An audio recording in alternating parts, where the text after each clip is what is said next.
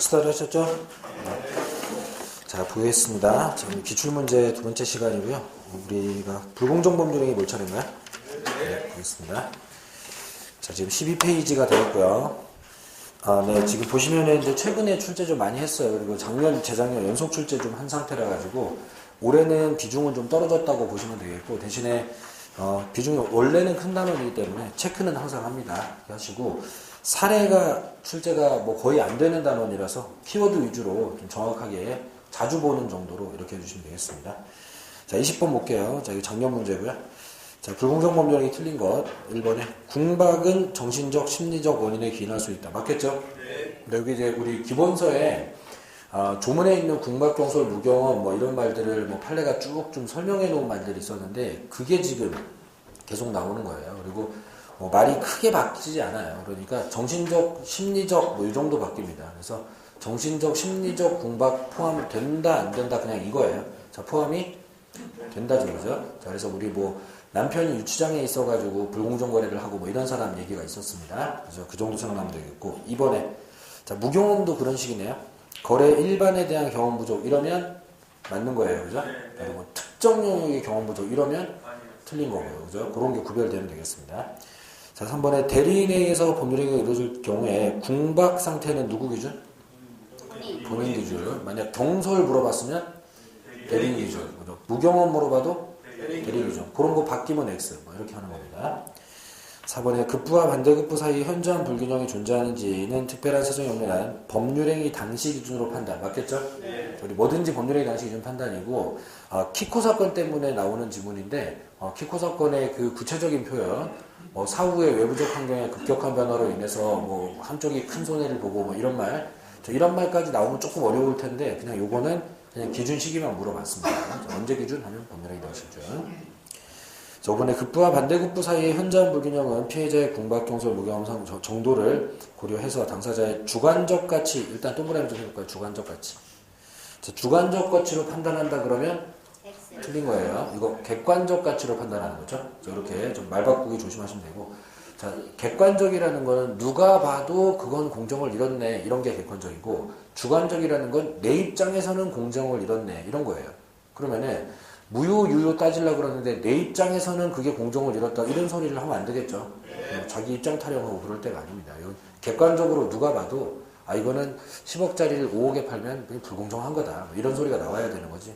내 마음속에서는 10억짜리였다. 뭐 이런 소리 하면 안 돼, 이거. 자, 이렇게 좀 작년 문제인데 작년에 이 문제는 쉬운 거였습니다. 사실 이런 문제에서 맞춰야지 좀 어려운 문제들이 많았기 때문에 작년에는 이건 무조건 맞췄어야 되는 지문이에요. 자, 21번 보면은 재작년 문제. 불공정 법률행위 틀린 거. 경매에 적용한다, 안 한다? 안 한다. 무상행위에 적용한다, 안 한다? 안 한다. 이 두 개 우리 형어펜 쳐서 외웠던 거죠. 자, 경매는 불공정 구조가 좀 갖춰져 있더라도 합법적으로 해도 경매 원래 그래. 이렇게 돼 있던 거고. 자, 무상계약은 공짜다 보니까 공정성 비교가 객관적으로 나올 수가 없어가지고 안 된다고 했던 거고. 자, 그리고 3번에 불공정 법률행위에서 무효행위 전환 동그라미. 자, 전환 돼야 안 돼요? 전환은 돼요. 추인 물어봤었으면은 추인은 안 돼요. 그리고 이제 수업 시간에는 일단 따로 배우고 있어서 우리가 이렇게 하는데 이제 문제풀이 왔으니까 뭐 이런 거 좀 조심합니다. 자, 칠판 보세요. 자, 지금 우리 절대적 무효에 여러 가지가 있죠. 근데 절대적 무효들 중에서도 반사회적 행위가 있고, 반사회적 행위가 있고, 그리고 강행규정 위반이 있고요. 그리고 불공정한 행위가 있고, 글자가 이상하다. 불공정한 행위가 있고. 자, 우리가 세 가지를 절대적 무효의 대표적인 걸로 보고 있습니다. 이렇게 되는데, 자, 셋 다 우리가 이제 절대적 무효 나오면 그냥 기계적으로 뭐 네 가지 얘기해도 된다.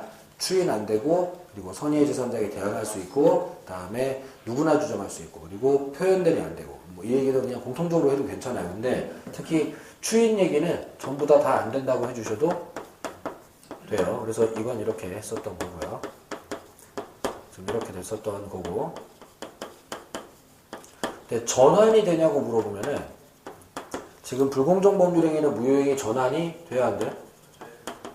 된다고 이렇게 나와 있는데 사실 자, 대법원 생긴 이후로 2010년도까지 건 60년 동안 전환된 판례가 한 번도 없었어요. 그래서 절대적 무효다 보니까 전환도 다 안 되는 거라고 생각을 하고 있었습니다, 옛날에. 실제로 지금도 전환을 해주는 게 잘하는 짓은 아닌 것 같기는 해요. 근데, 자, 그래서 반사회적 행위는 전환도 안 되는 거예요. 강행규정 위반도 전환됐다는 소리를 한 적이 전혀 없습니다. 근데, 자, 이 불공정 법률행위만, 요거만 제가 그때 그래서 수업 시간에 따로 하나 제가 좀 그려드렸던 게, 이 3억짜리를 10억에 팔아가지고 사실상 7억의 뇌물을 주는 형태로 이렇게 하기 때문에, 처벌을 하고 세금 걷고 하려다 보니까 매매를 증여로 전환시켜서 그렇게 했던 거지, 그런 거 아니었으면 이런 판결 안 나왔을 거예요, 아마. 얘만 좀 이상하잖아요. 얘만 이상하니까 얘만 자꾸 내는 거예요, 지금. 이런 거예요. 그래서, 자, 절대적으로니까 추이는 안 되는데, 불공정 법률행위가 전환이 되니까 반사회적 행위도 전환이 되겠지, 그렇게 생각하면 안 됩니다. 이게 지금 이상한 현상이에요.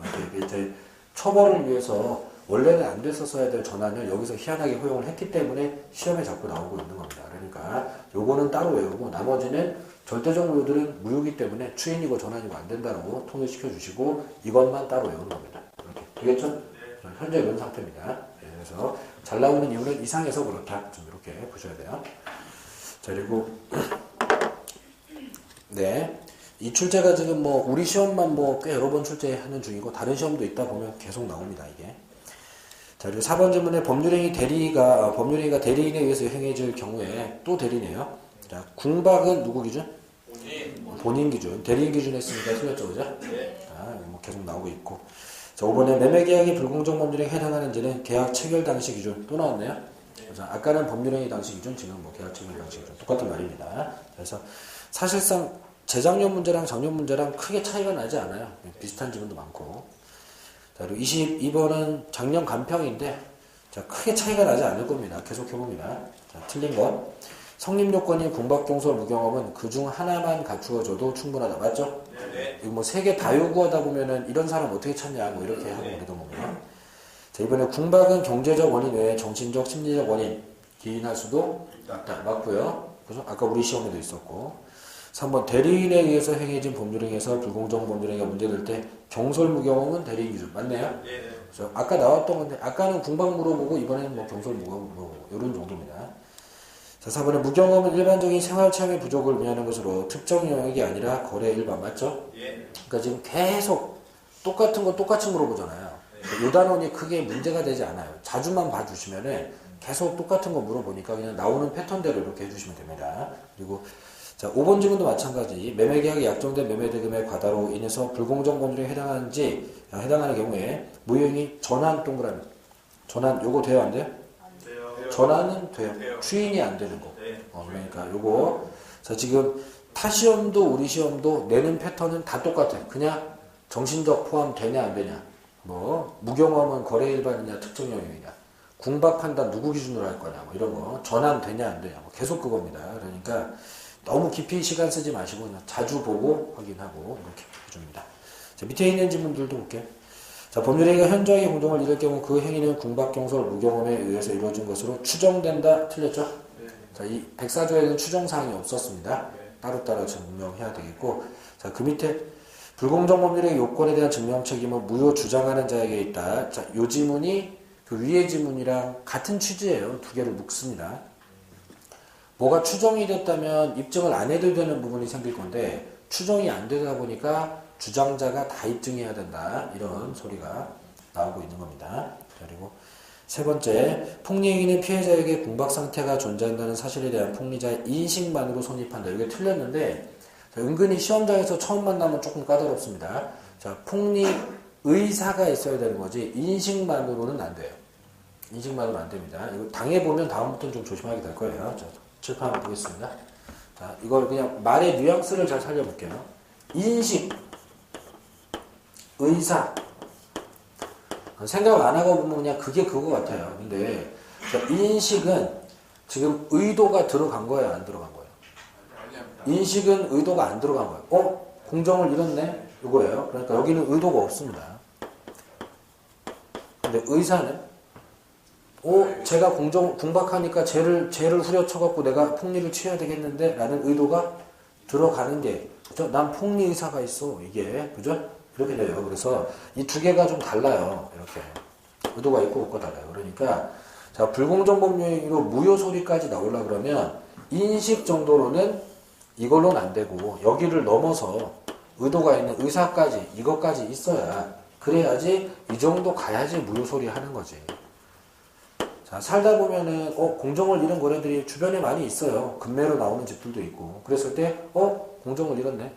궁박하네. 이 정도는 안 된다는 거예요. 이 정도 안 되고 자, 궁박하거나 공정을 잃은 거래를 통해서 나는 폭리를 취해야 되겠다 라는 의도적인 부분이 좀 들어가야지 무효까지 갈 수 있다. 판례의 의도가 이건 판례하는 얘기가 이겁니다. 그래서 인식만으로 충분하다 그러면 안 되는 거예요. 그거는 자, 의사가 있어야지 되는 겁니다. 이렇게 되겠고요. 뭐 비유를 해주자면 이렇게 해놓겠습니다. 예전에 실제로 저희 처제가 마트에 갔는데 커피를 한 상자 이렇게 사는데 그런 거 통으로 사면은 커피 믹스 통으로 사면 뭐 하나 붙여주잖아요. 근데 이게 쫙 진열되어 있는데 보니까 자, 전부 다 플라스틱 물병이 하나씩 다 붙어 있더라는 거예요. 근데 제일 끝에 상자에만 파카글라스로 된 비싼 뭔 접시 같은 게 하나 딱 붙어 있더라는 거예요. 근데 이게 눈치를 딱 보니까 야 이거 잘못 붙인 것 같아. 이거 지금 사은품을 비싼 걸 잘못 붙여준 것 같아. 그 눈치를 챘어요. 그래서 당연히 어떤 걸 집어요? 그걸 집어요. 파카글라스 집어요. 그죠? 자, 공정을 잃었다는 거, 이게 뭔가 무경험한 직원이 붙였다는 거를 인식했어. 근데 이제 집어왔지. 근데 이거를 이제 인식은 했는데 그렇다고 막 폭리를 취하려는 의도 이런 건 아니었고, 이게 뭐 그런 게 붙을 수도 있지 하고 이렇게 그냥 눈치는 챘어. 더 좋은 게 붙었다는 거를.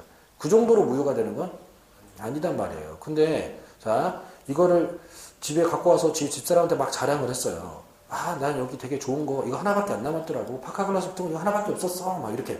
그래서 집사람이 그 얘기를 듣고 마트에 가서 이렇게 보다 보니까 어떤 거는 플라스틱이 붙어있고 어떤 거는 파카글라스가 붙어있고 이런 게 뭔가 작업 실수가 있었다는 눈치가 챘어. 집사람은 의도가 있어 지금. 저걸 찾아내야 된다. 막 뒤적거리기 시작해. 파카글라스 또 누군가가 실수를 해서 붙였을 거다 분명히. 이렇게 이런 의도가 있는 거야. 그죠? 이거는 차이가 있는 거야. 그냥 짚고 보니 그렇더라 이거랑 그런 걸 찾아내겠다 이거랑은 지금 다른 거예요. 지금 태도가. 그죠? 그러니까 자, 잡고 보니 걔가 궁박하더라 이런 거랑 걔가 궁박하니까 내가 그걸 한번 잡아채야 되겠다 이거랑 다르다고요. 자, 이 판단이 되게 애매하잖아요. 근데 이런 애매한 기준을 가지고 판사가 유효무효를 하겠다고 하니까 학자들이 싫어하지만 판사들이 알아서 자기가 잘 하겠다고 하면서 이렇게 하니까 시험에도 자꾸 나오고 하는 그런 겁니다. 그래서 그 표현을 정확히 알아주세요. 인식과 의사 좀 다릅니다. 네. 자, 그리고 마지막 표현. 토지 매매가 불공정 법률행위로 무효가 되면 그 토지를 전득한 제3자는 선이더라도 소유권 취득을 못하겠죠? 이거는 절대적 무효라서 그런 거죠. 그렇죠? 선의의 제3자 규정이 없으니까 이렇게 되어 있고 뒤로 갑니다. 법률행위 해석.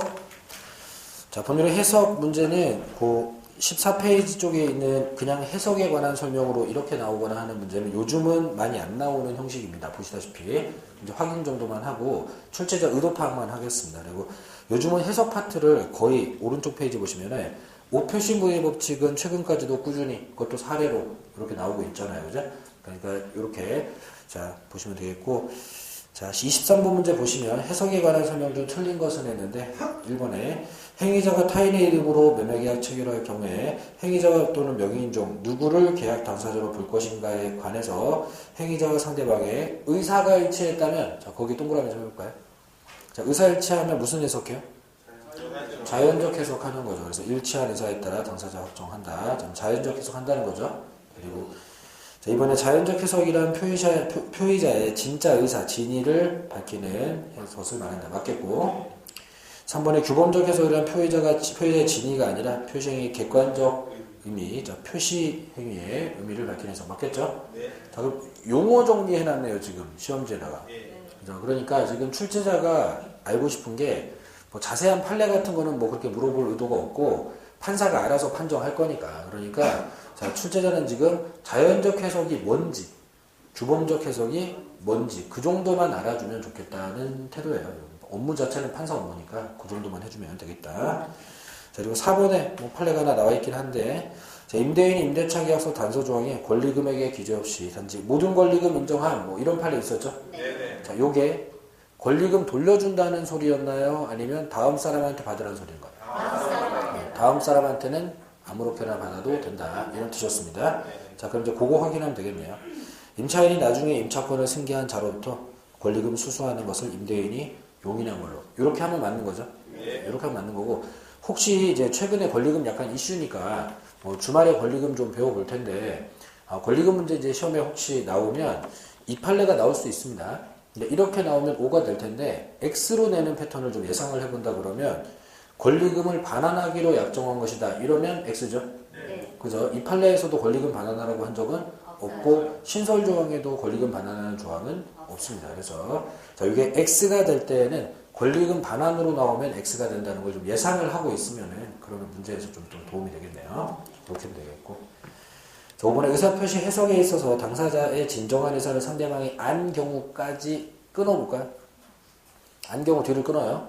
자, 그러면 그냥 뒤에 거 무시하시고, 자, 요것만 딱 봤을 때 자연적 해석해야 돼요? 규범적 해석해야 돼요? 자연적 해석. 왜?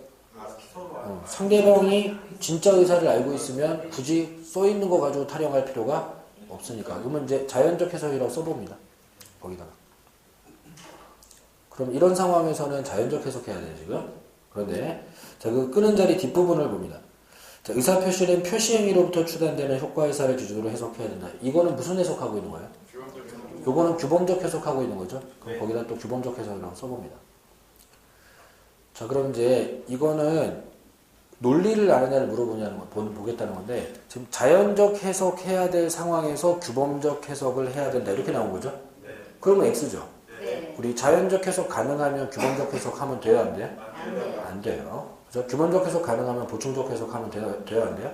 안 돼요. 지금 그거 물어본 거예요. 그래서 뭐 이런 판례를 외웠냐 이런 게 아니고, 자, 앞부분에 자연적 해석해야 될 상황을 주고 뒷부분에 규범적 해석한다고 썼으니까 순서 틀렸다는 겁니다. 지금 이게 적용 순서 틀렸다는 거예요. 그래서 취지를 알고 있으면 되겠고, 그럼 이제 출제자가 묻고자 하는 게 자연적 해석 뜻, 규범적 해석 뜻 정확하게 알고 순서 알고 그러면 패스. 이렇게 출제해 놓은 겁니다. 그 정도 해주면 되겠고. 자, 24번도 그런 식이에요.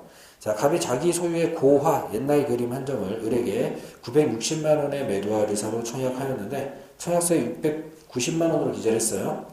자, 매매계약 체결됐다. 자, 갑의 진위를 알 수 있는 다른 해석 자료가 없어서 690의 계약이 성립한 걸로 보는 법률의 해석은 뭐다?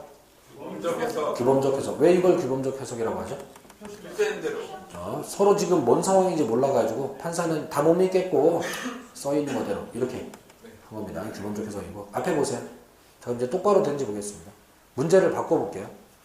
자, 당사자가 960의 계약을 하기로 합의를 했는데 근데 계약서에 실수로 690이라고 썼다. 근데 서로 간에 960이라는 점에 대해서는 이미 다 알고 있는 상황이라서 960으로 그냥 해석을 했다. 이건 뭐예요?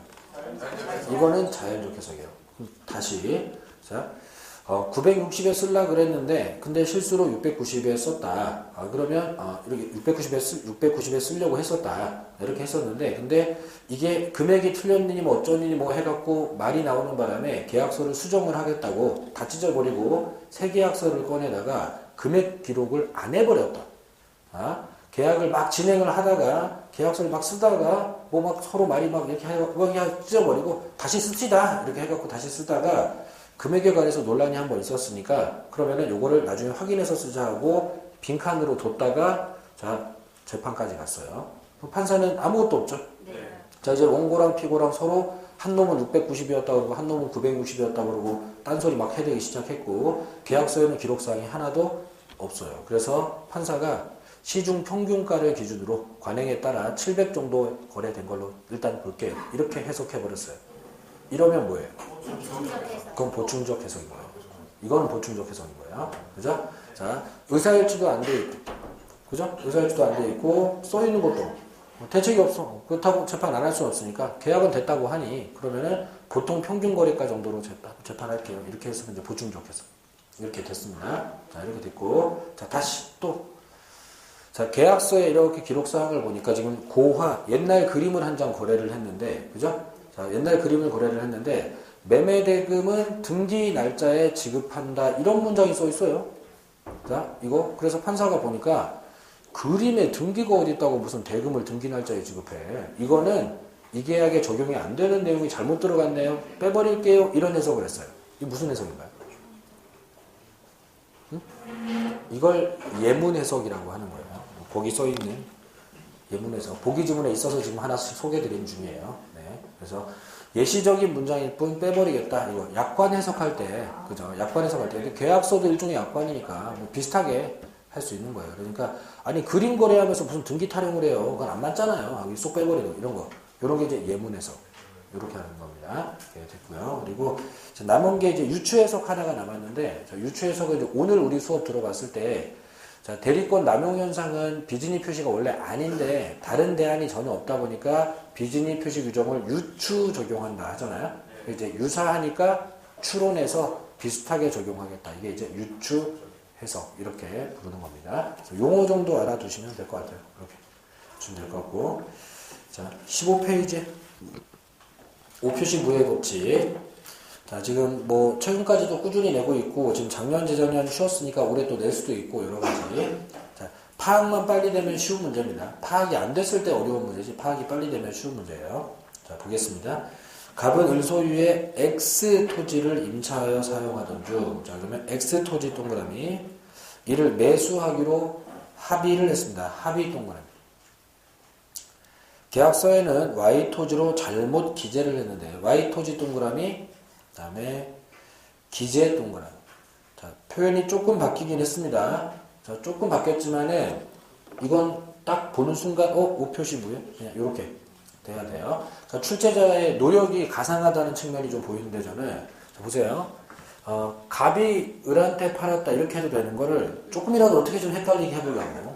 그래서 갑은 을 소유의 엑스토지를 임차해서 사용하다가 매수하기로. 그러니까 뭐 쓸데 필요도 없는 임대차 얘기를 막 집어넣고 갑을 위치 바꾸고 뭐 그 노력이 가상한데 나는 그런 데 관심 없고 지금 내가 관심 있는 거는 결국은 이제 그 그림 그대로 맞춰보면 이렇게 됐다는 거죠. 땅 산다고 결국은. 빌렸던 땅 사는데 어쩌건 땅 산다고. 그리고 자, 합의가 된 건 뭘로 합의가 됐다고? 엑스토지로 합의가 됐는데 근데 기재라고 했는데 기재는 표시죠, 그죠? 표시가 Y토지로 됐다고. 그러니까 나는 이것만 찾으면 돼. 그러니까 중간에 뭐라고 떠들든 뭐 너 나 헷갈리게 하려고 지금 임대 얘기도 하고 막 값을 바꾸고 표시는 기재라고 써놓고 그러니까 알았는데 근데 하여간 합의가 됐다는 거잖아. 요거만 찾아내면 돼. 자, 그러면 이제 오표시 무효 법칙 상황이죠? 이렇게 됐습니다. 그러면은 자, 합의가 돼 있을 때는 자연적 해석하면 되는 거니까 주범적 해석은 안 하죠? 그러면 Y라고 잘못 쓴 건 오표시 무효에 해가 되지 않는다. 자, 무시하면 될 거고요. 자, 수업 시간에 배운 거를 제가 좀 세팅을 해볼게요. 자, 그럼 여기서 일단 제1감으로 물어보는 거는 계약이 어느 토지로 성립됐다? X 토지가 계약 성립이 된 거다. 이거 하나가 일단 첫 번째 중요 사안이었고 두 번째 중요 사안은 자, 이렇게 됐을 때 자, 착오를 이유로 취소할 수 있는 계약이 있다 없다? 없다, 그죠? X쪽은 착오가 없고 Y토지 쪽은 착오가 있었지만 성립이 안 돼서 취소 대상이 없고 그래서 자, 어느 쪽도 착오를 이유로 취소할 수 있는 대상이 없다. 그리고 세 번째 자, 만약에 이 뒤로 전득자가 나온다면 이렇게 제3자 전득자가 나온다면 이렇게 된다 했을 때 자, 이 사람 소유권 가져갈 수 있어요 없어요? 없어요. 그래서 제3자는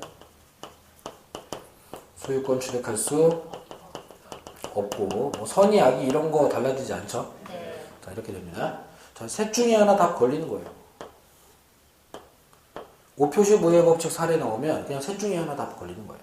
그러니까 문제만 빨리 캐치를 했으면은 그냥 셋 중에 하나니까 되게 쉬운 문제가 되는 건데 이거를 이제 오표시 무효 법칙 문제라고 파악을 못하게 되면 막 헤매야 되는 문제가 돼버린단 말이에요. 그래서 자, 오늘 지금 기출문제 특강 지금 1교시는 제가 유형화 작업을 좀 해드릴 건데 유사한 얘기들이 나올 때 구별 포인트를 잘 잡을 수 있도록 합니다. 자, 여기서는 X토지로 합의가 됐는데 표기만 틀렸다. 이게 이제 오표시 무효 법칙의 징후 같은 거예요. 이게 보이면은 오표시 무효 이렇게 생각을 하시면 되고 물어보는 건 세 가지. 자, 일단은 풀어보겠습니다.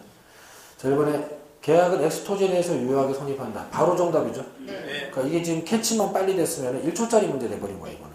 이렇게 됐고. 자, 이번에 매매계약은 Y 토지로 성립 틀렸죠? 네. 그리고 이거는 좀 약간 제가 기술적인 부분에서 잠깐 코멘트를 하고 가면 이렇습니다. 자, 이 문제는 옳은 거 고르시오 문제니까 이런 기술을 좀 쓰기는 힘든데 혹시 이 문제가 틀린 거 고르시오 문제였다 그러면 1번에 X로 성립, 2번에 Y로 성립. 만약에 이렇게 돼 있다. 자, 그러면 이게 이제 객관식 시험에서 틀린 거 고르시오 문제에서 사용하는 방법인데 객관식 시험에서 틀린 지문 고르시오가 됐는데 이거 이렇게 되면 둘 중에 하나 무조건 답이에요. 그죠? 왜? 공존할 수 없는 지문이에요. 이거. X도 성립되고 Y도 성립될 수는 없는 거니까. 그죠? 자, 그러니까 이러면 공존할 수 없는 거예요. 그러면 최소한 둘 중에 하나가 무조건 답입니다. 그죠? 그리고 이 뒤는 볼 필요가 없어요. 이런 식의 소거법도 가능합니다. 그래서 공존할 수 없는 지문이라는 게 있어요. 예를 들어서 뭐 이런 거. 자, 이게 갑의 소유로 된다. 뒤에는 을의 소유로 된다. 이것도 공존할 수 없는 지문이에요. 공부가 조금 필요하긴 하지만 우리가 소유권이 양쪽에 존재할 수 없다는 걸 알고 있죠. 자, 그러면 자, 아무 정보 없이 그냥 그 물건은 갑의 소유다, 그 물건은 을의 소유다 이러면 이거는 둘 다 맞는 말이 될 수는 없어요. 객관식 특성상 이런 거는 둘 다 맞는 말이 될 수 없어요. 이렇게 자, 공존할 수 없는 지문들이라면 적어도 둘 중 하나는 답이에요. 이렇게 돼요. 대신 이제 옳은 거 고르시오 문제에서는 이렇게 할 수는 없어요. 이게 왜 다 틀렸을 수가 있으니까. 근데 틀린 거 고르시오 문제라면은 이렇게 해가지고 둘 중에 하나 무조건 틀렸어. 이건 둘 다 맞을 수는 없거든. 이렇게 계산해가지고 확률을 50%까지 급격하게 끌어올리는 뭐 이런 것도 가능합니다. 또 참고로 알아둘 수 있도록 해주시고요. 예전에 제가 개론 문제 얘기 드렸나요? 이런 거 개론에서도 좀 써먹을 수 있어요. 개론에 뭐 이런 거 있잖아요. 개론에 이런 문제 나오잖아요. 10억을 10년간 냅두면 얼마가 돼? 이자율은 연 한 3%인데 일시불의 미래가치 계산하고 뭐 이런 거 있잖아요. 네. 자, 이런 거 나왔는데 자, 보기 지문에 10억 나와 있으면 무조건 지우는 거예요. 왜? 야, 10억을 10년이나 놔뒀는데 이자가 안 붙으면 어떻게 하냐. 말이 안 되잖아, 이 구조적으로. 그죠? 제가 실제로 시험장 들어가지고 이 방법으로 문제를 몇 개 더 맞췄는데 이게 제가 민법은 언제나 80점 넘겠죠. 사실 예전에 제가 20회차 자격증 땄는데 그때는 지금보다 어쩌면 실력이 더 좋았어요. 저 중개사 강의는 지금이 더 잘한다고 해도 그때는 사법시험 공부하던 따끈따끈한 머리를 갖고 있었으니까 시험 범위 외적인 것도 팽팽 돌아가던 시절이란 말이에요. 형법, 헌법 다 잘하고 막 이러던 시절에. 근데 그러면은 중개사 시험은 아무 때나 들어가도 뭐 실수로 한두 개 틀리지 민법 뭐 틀리겠어? 뭐 이런 상황이란 말이에요. 그럼 개론은 나는 40점만 넣으면 되잖아. 공부 하나도 안 하고 그냥 갔지. 어차피 민법은 80점 넘으니까. 자, 이렇게 적당히 몇 개 외우고 그냥 가버렸단 말이에요. 근데 갔더니 뭐 이런 것도 있고 저런 것도 있고 모르는 게 천지야. 근데 어차피 나는 합격은 할 거니까요. 민법은 80점 넘으면 개론 40점은 넘으면 되니까. 자, 대충 아는 것만 다 풀고 수요 공급 이런 것만 한 다음에 이런 거 하나도 안 하고 그냥 덮어놓고 잠깐 잤어요. 시간 너무 많이 남아가지고 한 30분이 넘게 남았더라고. 한 10분 잤어. 미안하더라고. 일어나서 뭐라도 해야 될 것 같아가지고 이 문제 이렇게 생긴 문제들을 몇 개 찾아다녔어. 그래서 통박을 굴리는 거지. 10억을 10년이나 뒀는데 야 돈이 줄어들면 어떻게 하냐. 그래서 줄어든 거 하나 지우고 그리고 좀 더 정교하게 찍어볼까? 그래가지고 자 10억을 10년간 3%로 놔두면 얼마가 되는지 알려면 원래 1 플러스 아래 뭐 이거 해야 되잖아요. 난 그거 할 줄 몰라. 그래서 계산기를 꺼내갖고 수동 계산을 했어요. 수동 계산을 자 10억에 3% 붙이면 얼마 돼요? 2.03. 응? 10억에 3% 붙이면 3천만 원 붙겠죠. 그죠? 1년에 3천만 원 붙으니까 그러면 10년 지나면 3억보다 크게 붙어요, 작게 붙어요? 원래는 복리로 붙여야 되니까. 그죠? 근데 난 복리 계산 할 줄 모르거든. 그래서 일단 13억을 계산을 해놓은 다음에 달리 계산을 해놓은 다음에 13억보다 작은 데는 다 꺼져. 다 꺼져. 필요 없어. 이거 복리인데 왜 돈이 줄어. 이렇게 싹 지우고 나니까 두 개 중에 하나가 남았어. 이거 50%야.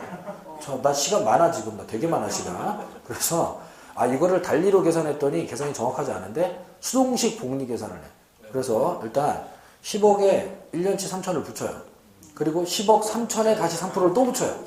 시간은 많으니까요. 이렇게. 그래서 10번을 계산했어요. 10번을. 10번을 계산해갖고 금액이 정확하게는 안 나오는데 근사값이 나오더라고요. 그거 찍어갖고 맞추는 걸 5개나 맞췄어요. 그러니까 이게 무슨 얘기 드리려는 거면 개론을 이렇게 하라는 게 아니고 시간이 많으면 이게 되는 거예요. 시간이 많으면 마음의 여유가 있고 나는 어차피 맞춰놓고 맞춰놨으니까 남는 시간 가지고 그냥 할 수 있는 거 최선을 다하는 거야. 고사장에서 자니까 미안하잖아. 그러면은 남들 열심히 하고 있는데 나만 자면 미안하니까 할 수 있는 최선을 다해서 하는 거예요. 통밥 굴려보고. 근데 이런 걸 하려면 개념이 잡혀 있어야 돼. 적어도 이자가 붙어서 복리로 붙으면 달리보다는 크다는 거. 그리고 복리라는 개념이 어떤 개념인지를 알면은 수동식 계산이라도 한단 말이에요. 한단 말이에요. 그죠? 뭐 그런 거. 도시가 두 개가 있는데 경계선이 어디서 생겨? 뭐 이런 거 하잖아요. 나 그거 할 줄 몰라. 근데 그러면은 중간에 끄어. 중간에 끄은 다음에 인구가 많은 쪽이 도시가 클 거 아니야. 그럼 반대쪽으로 살짝 밀어. 그리고 거리 안 맞는 거 다 지워 그냥 소극적으로 이렇게. 그러니까 도시가 큰데 왜 경계선이 큰 도시 쪽으로 가깝게 생겨? 큰 도시가 더 커야지. 인구가 많은 쪽이 더 커야지. 저렇게 이쪽으로 밀어. 그리고 이쪽으로 얼마나 밀지를 알아야 되잖아요. 그죠? 작은 도시 쪽에 근접하게 경계선이 생길 텐데 어디 얼마나 밀지 모르잖아. 그러면은 그냥 있는 거 가지고 최선을 다해봐. 자, 일단은 거리에다 제곱도 해보고 그리고 인구에다 제곱도 해보고 인구를 빼보기도 하고 그래서 근사값 나오면 하나 찍어. 그래서 또 하나 맞추고 이렇게 한단 말이에요. 근데 이게 시험을 그렇게 보면 안 되죠. 시험을 그렇게 보면 안 되지만은 자, 여유가 있으면 이게 돼요. 내가 맞출 거 다 맞췄다고 생각하면은 편안하게 그냥 앉아갖고 할 수 있는 거 해보면 돼요. 근데 조급하면 이게 모든 게 다 안 된단 말이에요. 그렇기 때문에 자, 시간을 일단 빠르게 해결을 해서 내가 할 수 있는 거는 딱 확실하게 딱 끝내놓는 게 그게 대단히 중요한 겁니다. 그러면 이제 안 보이던 것도 보이고 대책도 좀 생기면 생기고 뭐 이렇게 심지어 제가 시험장 가서 무슨 짓까지 했냐면 수요 공급 뭐 거미진 이런 뭐 그게 나왔는데 그걸 못 풀겠어가지고 수요 공급 곡선을 정교하게 그렸어요. 자를 대고 이렇게 그린 다음에 직각으로 그리면 딱 균형점이야. 여기서 만약에 이거를 요렇게 그리면 어떻게 되는지 해봐. 이렇게 다 이렇게 해봐. 이렇게 해갖고 하나 맞추고 이렇게. 시간 많으니까 난 개념은 아니까 이렇게. 그래서 초기에는 일단 개념 위주로 공부하시고요. 민법이든 개론이든 언제든 써먹을 수 있게. 그리고 후기에 가면은 시간을 단축하기 위해서 기술적인 부분 공략을 해가지고 빨리빨리 해결하고 잘 안 되는 거는 그냥 성의껏 하는 거예요. 제가 수업 시간에 모르면 3번 찍어 이렇게 농담처럼 하지만 자, 확실하게 해놓은 게 있으면 그럼 그 다음부터는 성의껏 한 다음에 성의껏 해도 안 되는 거는 어떻게 어차피 찍을 거야. 그럼 스트레스 받지만 그냥 3번 찍어 이렇게 하는 거예요. 원래 시험을. 그러니까 그렇게 잘 해주시고 자, 5표시구의 법칙은 일단 처음에 딱 봤을 때 유형을 잡는 게 중요합니다. 요 유형이면 5표시구예요. 이렇게. 그리고 요걸 오늘 이 뒤에다가 유사 유형들을 쫙 한번 비교를 한번 적어드려 볼게요. 자, 밑에 거 보겠습니다. 일단 계속 볼게요. 자, 3번에 X로 성립됐는데 취소할 수 있다. 4번에 Y로 성립됐는데 취소할 수 있다. 다 틀렸죠? 네. 자, 그러면 출제자가 일단 취소는 되는 거 아냐? 이렇게 물어보는 거죠. 그죠? 취소 안 되는 거 아냐? 그래서 취소 안 되는 것만 알았으면 적어도 3, 4번은 지우게 해드릴게. 지금 이런 정도예요. 그리고 5번에 X, Y 어느 토지도 성립되지 않았다. 틀렸죠? 네. 자, 합의가 됐는데 성립이 되어 있겠죠. 이렇게 되겠고. 정답은 이제 1번인데 자, 그러면은 눈치만 빨라도 아니면 착오 취소 안 된다는 것만 알아도 확률은 확 높아지게 일단 해놓긴 한다는 겁니다.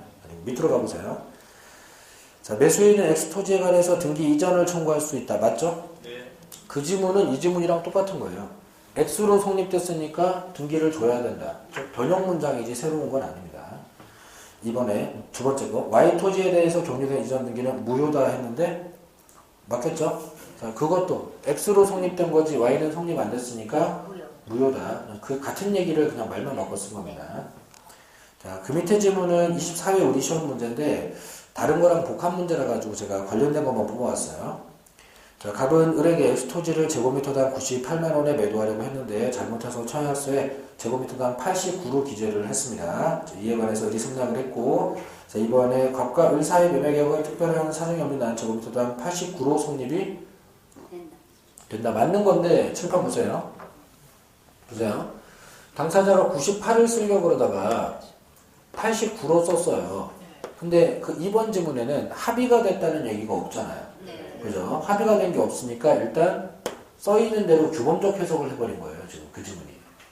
근데 4번 지문에 보시면 만일 갑과 을이 제곱미터당 98로 합의를 했으나 그 합의에 동그라미 좀 하시고 이러면 5표시 무효가 된 겁니다. 그죠? 이렇게 된 거예요. 출판 보세요. 합의가 됐다는 얘기가 안 나왔을 때는 표기대로 그냥 성립이라고 하더니 합의가 됐다는 말이 나오니까 표시는 무시해버리는 오표시 무효 법칙이 돼버린 거라고. 그러니까 오표시 무효 법칙을 대상물, 토지가 X냐 Y냐 이걸로도 할 수 있지만 금액이 98이냐 89냐 이걸로도 해도 돼요. 같은 논리로. 그럼 이렇게도 할 수 있죠. 당사자가 매수인을 갑이나 을로 합의했는데 계약서에는 매수인을 병으로 표기를 했다. 이러면 의사가 일치가 돼서 합의가 됐는데 표기가 뭐가 중요하냐 이것도 되죠. 네. 그죠? 그러니까 자, 당사자로도 할 수 있고 금액으로도 할 수 있고 대상으로도 할 수가 있어요. 다. 그리고 이런 출제를 우리 시험에 한 적도 있네요. 그러면 원리를 알아야 되는 거지 말을 외우면 안 되는 것이긴 한데 근데 일단 기본형은 토지가 X인데 Y로 썼다 뭐 이렇게 이게 제일 많이 나오는 기본형. 원래 판례가 그렇게 생겼었으니까. 그래서 사례로 크게 낼 때는 뭐 그렇게 하는 거고요. 이렇게 응용도 할 수가 있겠습니다. 참고로 알아둡니다. 전부 다 지금 자연적 해석하고 있는 거죠. 합의가 됐으니까 자연적 해석하자는 거예요. 자, 마지막 지문에 상대방이 차고자의 진위에 동의를 한 것으로 인정이 되었을 때에는 이거 자연적 해석해요? 규범적 해석해요? 자연적 해석해야죠. 그죠? 진짜 의사의 동의를 포인트로 잡으면 되겠네요. 그죠? 진위의 동의를 하면 의사일치가 됐다는 거잖아요. 그럼 자연적 해석 하면 되겠고 이때에는 계약 취소가 허용되지 않는다. 칠판 보세요. 오표시 부의 법칙 지문인 거예요. 그죠? 합의가 이루어졌을 때는 이게 취소를 할 대상이 없어진다. 이 기출 문제인데 판례가 아닙니다. 근데 오표시 부의 법칙에서 이렇게 문장을 땡겨서 사용해도 되겠다라고 출제자가 생각한 거예요. 이렇게 문장을 만들어낸 거예요. 만들어낸 건데 이 문장이 작년도 노무사 문장인데 이게 어디서 왔는지 좀 이따가 보면 나와요. 자, 그러면 다른 데서 사용된 거를 베껴서 또 사용하고 이렇게 패턴화되기 시작하면은 판례가 아니더라도 판례처럼 다루어지게 됩니다. 검증된 기출지문이 돼버린 거예요. 그러니까 이 지문도 오표시 부의 법칙을 사례로 안 낼 때는 이렇게 하겠구나 생각으로 봐두시는 게 필요해요. 자, 포인트는 진위의 동의, 즉 합의가 이루어졌을 때는 그때는 자연적 해석할 거니까 차고 취소로 갈 수 있는 게 있다 없다? 없다. 이렇게 해주는 겁니다. 자, 이 지문도 판례처럼 생각해 주세요. 자, 실제 이런 판례는 없기 때문에 기본서에는 이 말이 없어요. 하지만 이제 기출문제 볼 때 이렇게 해두는 겁니다. 보완해 놓고 뒤로 갑니다. 16페이지 진위한 인사표시. 자, 그 기출문제 표시 보시면 23회만 짝대기 쳐져 있죠. 네. 사례를 그때 한 번밖에 안 냈었다는 거예요. 그렇게 됐다는 거고 비진위 표시는 사례 출제는 많이 안 합니다. 근데 이제 가끔 나오는 거라 유형은 봐두겠습니다. 자, 갑은 X 토지를 내심의 의사와 달리 을에게 기부하고 을 앞으로 이전 등기를 마쳤다. 이러면 비진위 표시네요. 네. 그죠? 이렇게 됐습니다. 자, 이제 비진위 표시라고 판정을 하는 거는 이런 겁니다. 갑이 을에게 증여를 했다고 나오죠? 기부니까 증여입니다. 증여를 했는데, 근데, 자, 내심의 의사와 달리, 그 의사가 없었다는 거고, 근데 표시를 하고 등기를 넘겼다는 거예요. 그러면은, 자, 갑이 지금 의사 없이 표시를 했으니까 이게 비진위 표시가 된 거죠. 자, 그럼 이제 비진위 표시가 됐고, 그럼 이제 갑이 비진위 표시를 했으니까, 이럴 때 물어보는 거. 자, 갑이 비진위 표시를 했을 때, 일단 조문상, 원칙, 유효. 이렇게 될 테고, 다음에 상대방, 여기서 을이네요. 을이 알았거나, 또는 알 수 있었을 때, 과실이 있다. 이렇게 되면은, 무효가 되겠죠? 요거는 이제 107조 조문. 이렇게 되겠고, 자, 그리고, 자, 이렇게 무효가 되더라도, 선의의 제3자에게 대항하지 못한다. 이렇게 되죠. 그죠? 자, 그러면은, 아까 얘는 소유권 취득이 돼야 안 돼요? 오표시 무효에서는 받아가봤자 소유권 취득이 안 돼요. 그럼 얘는 이제, 얘는 선이든, 악이든, 소유권 취득이 안 돼요. 근데 여기는 선의의 제3자에게 대항하지 못하는 거니까, 이게 이쪽으로 넘어갔을 때, 이렇게 됐을 때, 자, 이게 유효일 때도 있고, 무효일 때도 있는 거죠.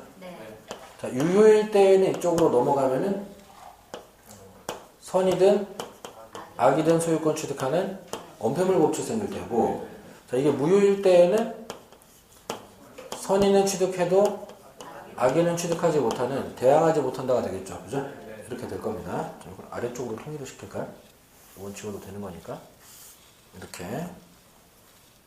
이렇게 되면, 자, 여기는 Y토지가 넘어갈 텐데, 이때는 병이 선이든 악의든 취득을 못해요. 자, 이제 제가 일부러 이렇게 쓰는 거는 좀 비교를 좀 해보시라는 거예요. 자, 유형을 잘못 잡게 되면은 그럼 결과가 잘못 나온단 말이에요, 지금. 이렇게 되는 거죠. 이렇게 되어 있고, 자, 여기도 지금, 뭐, 의사하고 표시하고 달라지는 그런 형태가 나타나기는 하는데, 근데 요거 두 개는 뭐 크게 좀 헷갈릴 만한 소지는 없을 겁니다. 근데 얘랑 이 다음 거는 또 헷갈릴 거고요. 쟤랑 또 그 다음 거는 또 헷갈릴 수 있어요. 그러니까 유형을 잘못 잡으면 결과가 반대로 나오는 측면이 있으니까, 그러니까 이거를 유형을 딱 잘 잡아야지 되겠습니다. 그래서 자, 의사 없이 표시했다 요 얘기까지만 나오면 비진이 표시예요. 이러면 이제 이렇게 풀어야 되는 겁니다. 이렇게 되겠고, 자, 그리고 밑으로 가보면 이번에 갑의 의사 표시는 무효이므로 틀렸죠? 비진이 표시였으니까 원칙은 유효 소리가 나와야 되고, 그리고 자, 을이 갑의 진위를 몰랐더라도 엑스토지 소유권 취득을 할 수가 없다 했는데 지금 앞도 틀리고 뒤도 틀렸네요. 그죠? 자, 원칙은 유효고, 그리고 을은 유효라면 소유권 취득을 해야지 맞는 건가요? 2번. 갑의 의사 표시는 단독행위이므로 벌써 틀렸네요. 자, 증여, 기부는 계약이에요. 단독행위가 아닙니다. 그것도 틀렸고. 자, 비진이 표시에 관한 법리가 적용되지 않는다 했는데 설령 단독행위라 하더라도 적용합니다. 자, 비진이 표시 적용 안 하는 거는 이런 게 아니라 세 가지 따로 있었어요. 국제그룹, 제3자 명의 대출사항들, 그리고 공무원, 사직서팔래. 이런 데 적용 안 하는 거죠. 단독행위 적용 안 한다고 한 적 없어요. 이건 총체적으로 지금 다 틀렸습니다. 외울 가치도 없는 지문이에요. 3번에 갑의 진위에 대한 을의 악의가 증명이 되어서 엑스토지 소유권이 갑에게 회복이 된다면, 잠깐 여기까지 볼게요. 실판 보세요. 자, 갑의 진위에 대한 을의 악의가 증명이 되면 무효가 될 테고, 무효가 되면 등기 돌려주고 뭐 갑이 소유권 회복하겠지. 그러면 소유자가 자기 거 찾아온 거네요. 그렇게 되는데 을은 갑에게 그로 인한 손해배상을 청구할 수 있다. 이러면 이건 시험 범위가 아니라서 이걸 외울 필요는 없는 거지만, 소유자가 자기 물건 찾아갔는데 을이 그걸 또 손해배상으로 내놓으라고 하는 건 앞뒤가 안 맞는 거죠. 지금 다 엉망진창인 거예요. 그래서 자, 이게 자주 나오는 사례가 아니라서 이제 정형화된 문장은 아니지만은 소유권 잘 따져보면은 그 말도 안 되는 소리가 되어 있습니다. 그리고 자, 잘 파악이 안 돼가지고 2번 지문, 3번 지문이 삼각형 뜰 수 있어요. 솔직히 1번은 삼각형 뜨면 안 돼. 1번은 조문에서 낸 건데 그건 삼각형 뜨면 안 되고, 2번, 3번은 삼각형 뜰 수 있어. 그럼 빠르게 지나가 버려야지. 4번에 가보면 을이 통상적인 주의 의무만 기울였어도 갑의 진위를 알 수 있었다면, 자, 그거 밑줄 알 수 있었다. 그러면 상대방이 알았거나 알 수 있었다. 이러면 어떻게 된다? 무효. 그러면 을은 엑스토지 소유권 취득할 수 없다. 그죠? 자, 2번, 3번 모르면 뭔 상관이야. 4번에 그냥 답이 나와버렸는데. 요렇게 되게. 자, 딱 봤을 때 한눈에 판단이 안 되면 그냥 뒤로 날려야 돼요. 특히 2번 지문 다시 시험에 나올 가능성 거의 없어요. 3번 지문 다시 시험에 나올 가능성 거의 없어요. 왜? 3번은 약간 범위 외의 얘기고, 2번은 논리 체계적으로 아예 하나도 말도 안 되는 비문. 자, 증여가 단독행위라는 것도 말도 안 되고, 그걸 전제로 하는 어떤 판단도 말이 안 돼요. 이렇게 돼버렸단 말이에요. 그러면은, 자, 읽을 필요도 없는 문장에 시간만 뺏기지 말고 쫙쫙 지나가서 4번의 정답 이렇게 해주시면 되고, 5번에 을로부터 엑스토지를 매수해서 의존되기를 종료한 병이 갑의 진위를 몰랐다. 그럼 선이네?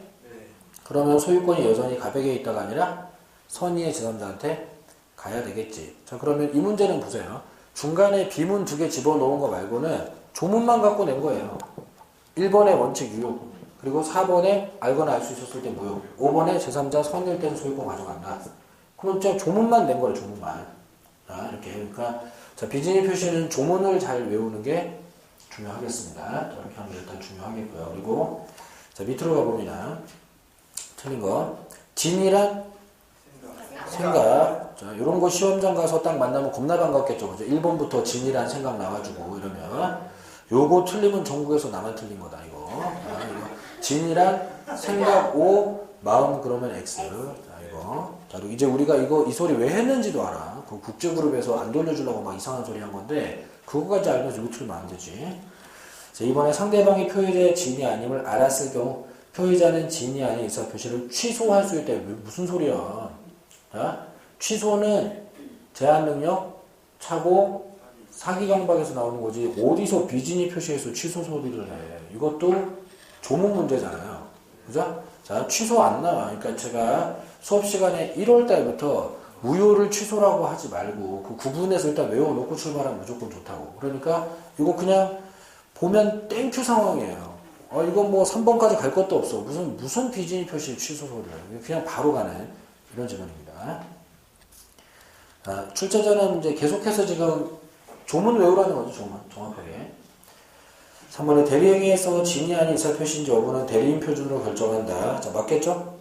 근데 이 문장을 우리는 외우진 않았어요. 하지만 우리가 이건 알지. 대리에서 하자 판단 누구 기준? 대리인 기준. 근데 그 하자를 우리가 맨날 사기 강박으로 논의하긴 했지만 여기서는 비진이 표시이긴 해요. 근데 그게 무슨 하자인지 중요한 게 아니고 어차피 의사결정 대리인이 할 거니까 그게 사기 강박이든 착오든 비진이 표시든 전부 다 누구 기준? 대리인 기준. 취지로만 읽으면 돼요. 혹시 비진이 표시는 다른가? 이러지 마시고 그냥 똑같은 거예요. 똑같은 거고. 자, 대리인 기준이 아닌 거 딱 하나 있기는 해. 그래서 그걸 외워야 되긴 하는 거야. 대리에서 이건 대리인 기준이 아니라 본인 기준 하는 게 있어요. 궁박. 그죠? 불공정 법률행위 판단에서 궁박. 그거 말고는 전부 다 대리인 기준이란 말이에요. 그래서 그 궁박 얘기가 시험에 자꾸 아까 나오고 하던 이유가 걔 좀 이상해. 그래서 그런 건데 궁박은 의사결정이랑 관련이 없는 거기 때문에 본인 기준 하고 있는 거고 의사표시랑 관련 있는 착오, 사기강박, 비진이 표시, 기타 등등등 뭐 담보책임 등등등 전부 다 대리인 기준입니다. 이렇게 됩니다. 그리고 밑으로 가서 4번 진양 의사표시의 효력이 없을 경우에 법률행위 당사자는 진양 의사표시를 기초로 새로운 이해관계를 맺은 선의의 제3자에게 대항하지 못한다. 자, 조문 그냥 쓰면 되는데, 뭐 그 조문이 뭐 전항의 경우 뭐 이렇게 돼 있다 보니까 길게 풀어서 쓴 겁니다, 그냥. 5번 진의한 의사표시는 상대방과 통정이 없다는 점에서 통정허위 표시와 구별이 되나 맞겠죠? 네. 자, 이렇게 읽어주시면 되고. 그러면, 자, 비진의 표시는 사실상 조문 점검밖에 안 하네요, 요즘은. 거의 그런 지경이에요. 이건 잘 외우면 되네요, 그냥. 이렇게 하면 되겠고. 자, 17페이지 가보면, 자, 사인의 공법행위에 적용되지 않으므로 공무원의 사직의 의사. 자, 공무원 형합편 치워놓고. 자, 이거 107조 적용해야 안 해요? 107조 적용 안 해요. 그렇기 때문에 외부에 표시된 이상 그냥 효력 발생한다죠. 그죠? 자, 그래서, 자, 요런 사례성이나 아니면 사례 아니더라도 조문이 최우선이긴 한데, 비진이 표시 문제가 나오면 추가 컨셉으로 107조 적용 안 한 107조 적용 안 한 판례들을 물어보는 문제가 있는 거예요. 이거 이제 우리가 수업 시간에 3개였죠? 지금 이 판례 뭐 나왔으니까 이거부터 쓰겠습니다. 공무원 사직성. 그죠? 여기 적용 안 하는 거예요. 또 국제그룹. 국제그룹 낌새 보이면 무조건 적용 안 한다고 해주시면 되겠고. 그리고 제3자 명의로 대출받을 때 그죠? 뭐 사립학교가 교직원 이름으로 대출받고 뭐 이런 거. 요거는 아예 적용을 안 한 케이스들 이렇게 됐습니다. 그래서 자, 요거 3개 요 조문 정확하게 외워져 있고 비진이 표시 퉁 뭐 이런 상황이에요. 자, 그러면은 두 번째 지문도 표의자가 강박에 의해서 어쩔 수 없이 증여의 의사표시를 하였다. 이거 뭐예요? 국제그룹. 그죠? 국제그룹에서는 적용을 안 했다. 자, 비진이 표시는 하지 않는다. 세 번째, 표의자가 비진이 표시임을 이유로 의사표시의 무효를 주장할 경우에 비진이 표시에 해당한다는 사실은 표의자가 증명을 해야 된다. 네, 죄송합니다. 자, 작년 간평에다 실어놨고요. 당연한 거예요. 자, 뭔가 무효, 취소, 주장하는 사람들은 다 증거를 내면서 주장해야 돼요. 착오 파트에서는 이게 상대방 쪽으로 입증이 더 돌아가는 게 하나가 생겨서 그게 지금 문제가 되고 나머지는 다 주장하는 사람이 판사를 설득해야 되니까 증거를 내야 되는 겁니다. 네, 그리고 마지막 거 볼게요. 갑은 을을 강박해서 을 소유의 X 토지를 무상으로 자신에게 증여하도록 강요했고 이에 을은 자신의 재산을 갑에게 강제로 빼앗긴다는 인식을 하였지만 그래도 어쩔 수 없다고 생각하고 토지를 무상으로 증여했어요. 이게 뭐예요? 국제그룹이네. 그죠? 지금 둘째 줄의 느낌 좀 나죠? 자, 자신의 재산을 갑에게 강제로 빼앗긴다는 그런 생각을 하면서도 어쩔 수 없다고 뭐 이렇게. 자, 그럼 국제그룹입니다. 자, 그러면은 얼마나 빨리 국제그룹 눈치를 채느냐 싸움이에요. 이것도 하나 써보겠습니다. 자, 지금 이제 이 지문도 좀 헷갈리게 하려고 그랬는지 이렇게 해놨어요. 또 그죠? 이렇게 해놨어요. 이렇게 갑이 강박을 했고 을이 증여를 했고 이렇게 돼 있죠? 이렇게 돼 있습니다. 그래서 강박에 의해서나마 증여를 하고 이렇게 돼 있습니다. 그러면 이 소리 나왔을 때 국적으로 여기 양기부 이렇게 하신 다음에 자, 국제그룹이라고 판정이 됐으면 요 증여계약은 어떤 이유로도 무효소리 나오면 된다 안 된다? 무효소리 나오면 안 된다. 그리고 취소는 가능하다. 이렇게 그냥 결론 내려주면 되는 거예요. 이렇게 해주시면 되겠고 변형 문장 쓴다고 뭐 해봤자 무효가 아니다 소리 할 때 반사회적 행위냐 아니냐 또 비진위 표시냐 아니냐 이런 문장도 나오는데 국제그룹은 비진위 표시 아닌 거거든요. 그래서 자, 반사회도 아니고 비진위도 아니고 자, 비진이긴 한데 이런 게 아니라 비진 자체가 아니야 이렇게 해버렸어요. 자, 반사회도 자체가 아니야 이렇게 해버렸고 자, 이걸 조금이라도 허용을 하는 쪽으로 가버리면은 그거는 무효 쪽으로 갈 우려가 있었기 때문에 아예 원천봉쇄로 그냥 자, 그럼 반사회 아니야 비진이 아니야 이렇게 해버렸었습니다. 자, 이렇게 됐었고요. 자, 그럼 이제 문제 볼게요. 자, 이번에 을의 증여회사 표시는 비진이 표시에 해당한다 그러면 틀렸죠?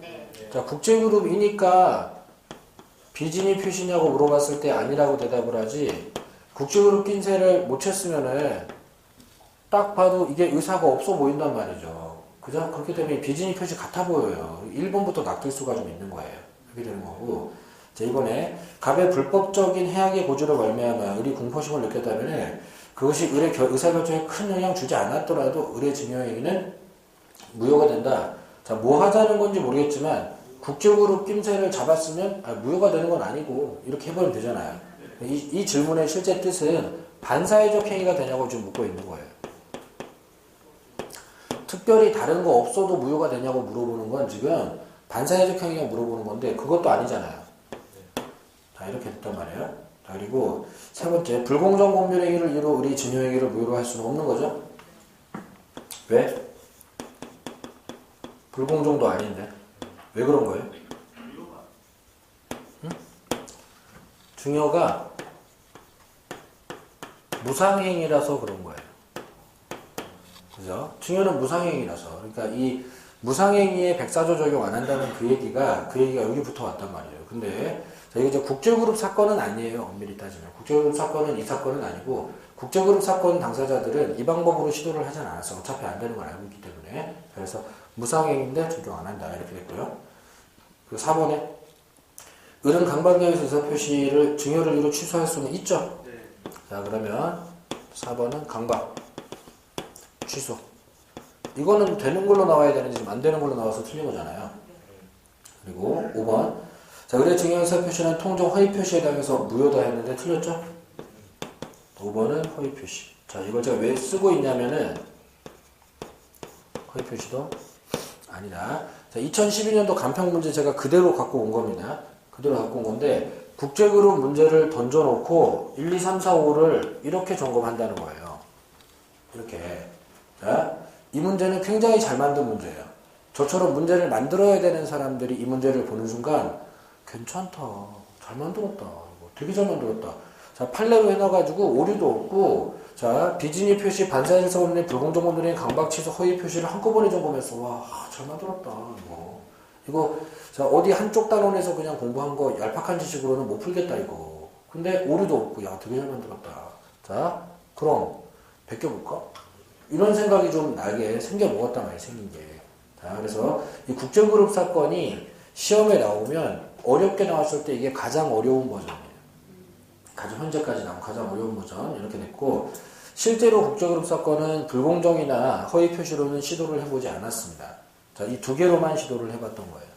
근데 다른 건 해봐야 안 되니까 시도를 안 하고 있는 거고 자, 이렇게 됐습니다. 그러면 국제그룹이라는 낌새를 빨리 챘으면 무효가 될 만한 건 다 X 이렇게 돼버렸다는 걸 우리가 알고 있잖아요. 이렇게 이 지식만으로도 풀리잖아요.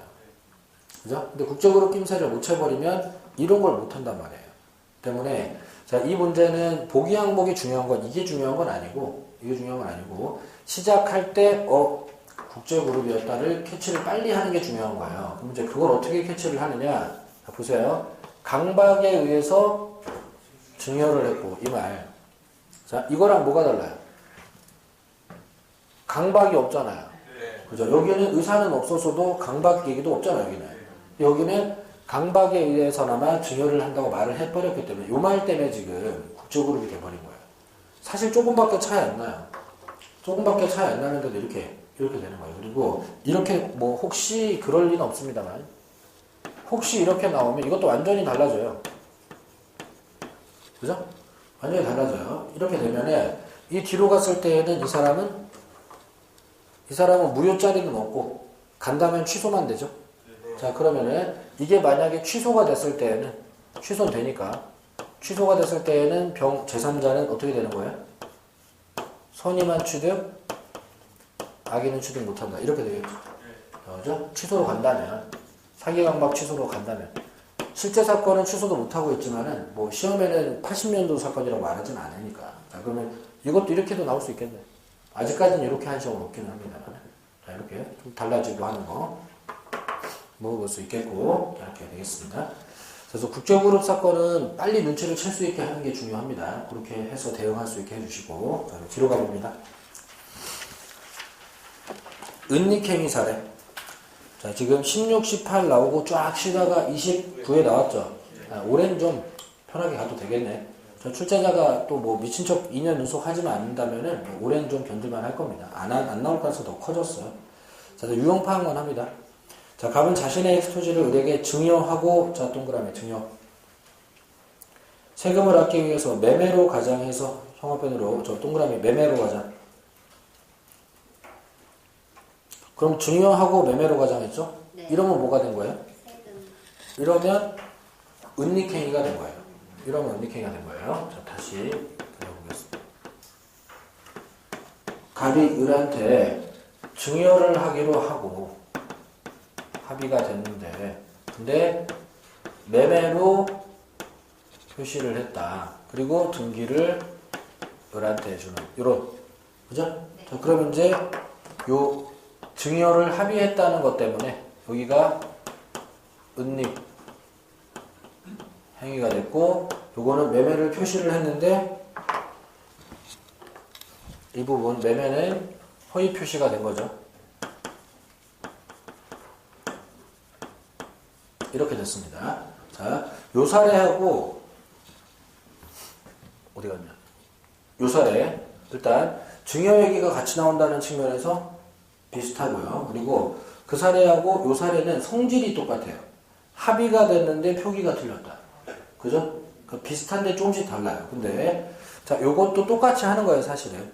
자, 증여로 합의가 됐고 이러면 사실 자연적 해석이고 그렇다면은 이거는 증여가 유효 이렇게 됩니다. 그래서 오표시부의 법칙 나오면 자, 이 계약에서는 증여가 유효가 된다.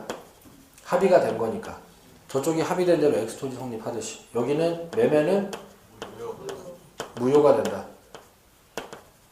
일단 이거 구별해야 되겠고 X 성립, Y 부성립 하는 거랑 똑같은 거예요. 비슷하게 하는 겁니다. 이렇게 될 거고 그리고 자, 을이 소유권 취득하느냐 을의 등기 이거는 유효가 되죠. 자, 실체관계에 부합하는 유효한 등기. 자, 그리고 여기가 유효가 돼버렸기 때문에 제3자 어떻게 돼요? 제3자는 선의, 악의 둘 다 소유권 취득을 하는 소위 언폐물 법칙 생기죠. 자, 이렇게 됐습니다. 자, 이것도 그려놓을게요.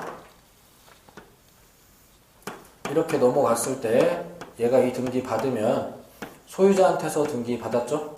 그렇기 때문에 이렇게 되면 유효한 등기 받았으니까 선이든 악이든 다 취득 이렇게 된 거죠? 자, 이렇게 됐습니다. 자, 그래서 이걸 이제 은닉행위 사례라고 하는 부분인 거고 자, 그럼 이제 여기서 그냥 문제 푸는 거예요. 자, 보겠습니다. 자, 갑과 을사의 매매는 무효 맞죠? 네. 이번에 갑과 을사의 증여는 유효 맞고요. 자, 이번에 갑은 병에게 토지 소유권 유한 등기의 말소를 청구할 수가 없겠죠. 심판 보세요. 갑은 병에게 이제 얘가 소유자인데 무슨 말소를 청구해. 안 되죠.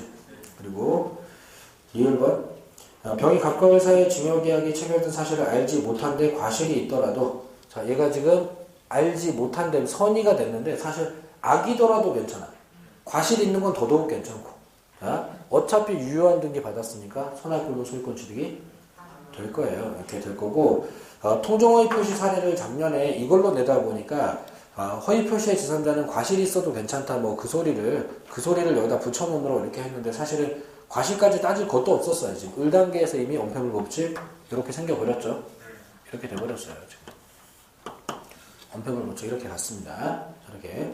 자, 그럼 이것도 시작할 때 은닉행위 사례를 아는 것만 알았으면은 그냥 바로바로 결론이 나올 수 있는 이런 주제였단 말이에요. 이렇게 됐습니다. 자, 그래서 정답은 이제 5번이 되겠고요. 그리고 옛날 질문 하나 더 보면은 자, 을이 이런 사실을 알고 있는 병에게 매도하고 이전 등기를 했을 때 지금 병이 악의가 됐는데 그래도 상관이 없다. 그래도 여기서는 상관이 없어요. 그죠? 어차피 1단계에서 소유자니까. 자, 그러면 악의가 되더라도 말소를 청구할 수 있다. X. 이렇게 돼야 되겠죠. 그죠? 이렇게 됐습니다. 자, 그래서 지금 보시면 제가 일부러 라인을 좀 맞춰놨는데, 자, 이게 비슷하고 조금 다르고 그래요. 지금. 증여 얘기가 세 군데 나와요. 지금 시험 범위도 아닌데, 증여 얘기가 여기도 나오고, 여기도 나오고, 여기도 나와요. 근데 증여 얘기가 나오는 사례들이 다 똑같은 게 아니라 다 조금씩 뭐가 달라요. 그러면은 자, 문제를 풀 때 유형을 최대한 많이 알고 있어가지고 딱 잡자마자 이건 은닉행위, 이거는 비준위 표시, 이건 국제부로 이렇게 탁탁탁 바로바로 결론이 나오는 사람하고 그냥 붙잡고 그리고 앉아있는 사람하고는 시간이 벌써 많이 차이가 나고 정답 확률도 좀 많이 차이가 나고 유형만 잡혔다 그러면 그 사례에서 내는 지문이 10개, 20개 되는 그런 오늘 수업했던 거 협의의 무건들이 그런 거는 이렇게 좀 하기가 힘들지만은 얘네들은 일단 유형만 잡히면은 질문 4-5개 끝인 거예요. 그죠? 그러면 나오기만 나와. 근데 걸리면 그냥 다 그냥 이렇게 해볼 수 있단 말이에요. 그러면은 이런 유형화 작업이 잘 되어 있으면 그런 문제가 조금씩 쉬워지는 겁니다. 이렇게 좀 잘 해주시기 바라고. 이제 쉬는 시간 하기 전에 이런 유형화 작업을 쓸 수 있는 걸 또 어떨 때 쓰는지 좀 잠깐 보여드리도록 할게요. 이것도 지금 비슷한 게 4개가 연속 나와서 좀 설명드렸고, 자, 이거는 사실 유형화 작업을 제가 해야 되나 싶은데 질문이 들어온 게 있어서 합니다.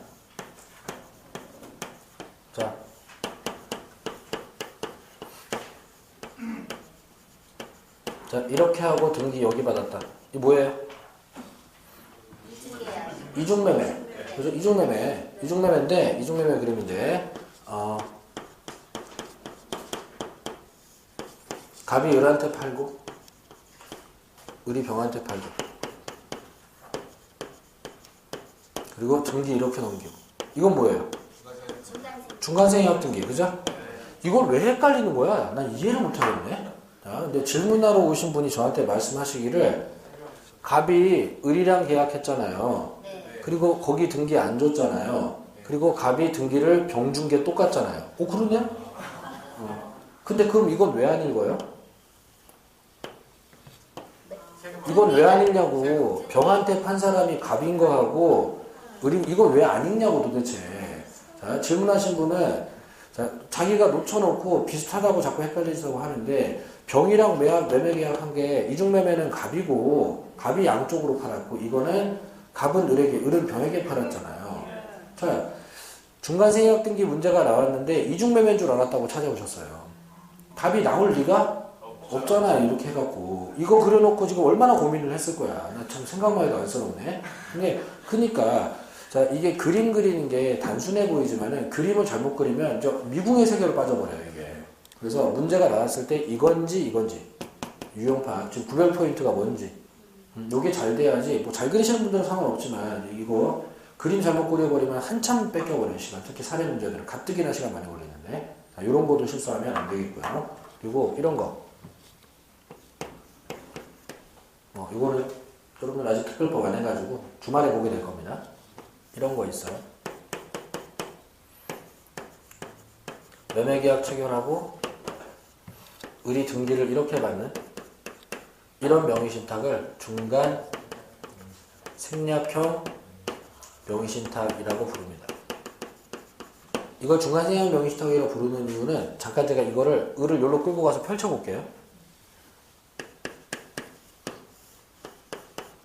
이렇게 팔았고 이렇게 명의신탁할 건데 등기가 이리 갔죠. 이게 중간생략 등기 구조랑 똑같잖아요.